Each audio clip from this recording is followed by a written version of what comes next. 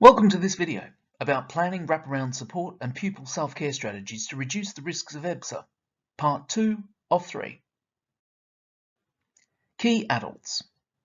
It's vital that pupils feel connected to school. This connection is strengthened through developing consistent and caring relationships with adults in the school. Key adults need to be teachers and/or support staff who the pupil feels they can talk to. It is therefore important to discuss this directly with the pupil when devising a plan of support. The pupil needs to know very clearly who they can go to for support when they have a problem, where they are, and when they are available. It is usually best to identify more than one person in case one of the adults is unavailable for some reason. A small circle of key adults also potentially enhances a feeling of connectedness and safety. Safe spaces. Even though the focus at this point is for the pupil to be in lessons and to manage other aspects of school life, it is also important to identify one or more safe spaces that are available in the school for the pupil to access. They may not need to ever use this, but knowing that it's there for them can make a big difference. It is important also for the pupil to understand that this is not isolation or punitive. The details are important. What the safe space is for example, is it for calming down, seeking support, etc.? Where the safe space is, which staff are in the safe space, and when and how they can access it. Class-based approaches.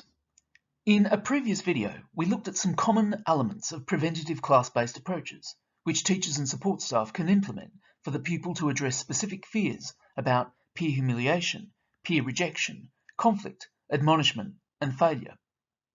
This can include, for example, changing the seating plan and assuring the pupil that they will not be asked direct questions or expected to present in front of the class. As always, this depends on what the pupil's anxieties are. It is important to be very specific about class-based arrangements and to assure the pupil that staff are aware and will implement these strategies. This can be captured on a one-page pupil profile or pupil passport. School day enhancements. How can we make school stimulating, enjoyable and motivating to a pupil at risk of EBSA? As we've outlined previously, it is vital to understand the push and pull factors, alongside making links between their aspirations and what school can offer them. Outside of regular lessons, what else is routinely available in the school that the pupil can access? Before school clubs, providing a soft landing, lunchtime and break time activities and clubs, study and homework support, after-school activities and clubs, and protected areas that are available during less structured times. Reasonable adjustments. Consider reasonable adjustments that might apply to the pupil, supplementing class-based approaches, other strategies, and supporting materials. There are a wide range of possible reasonable adjustments, different for each pupil, and not necessary for all pupils at risk of EBSA.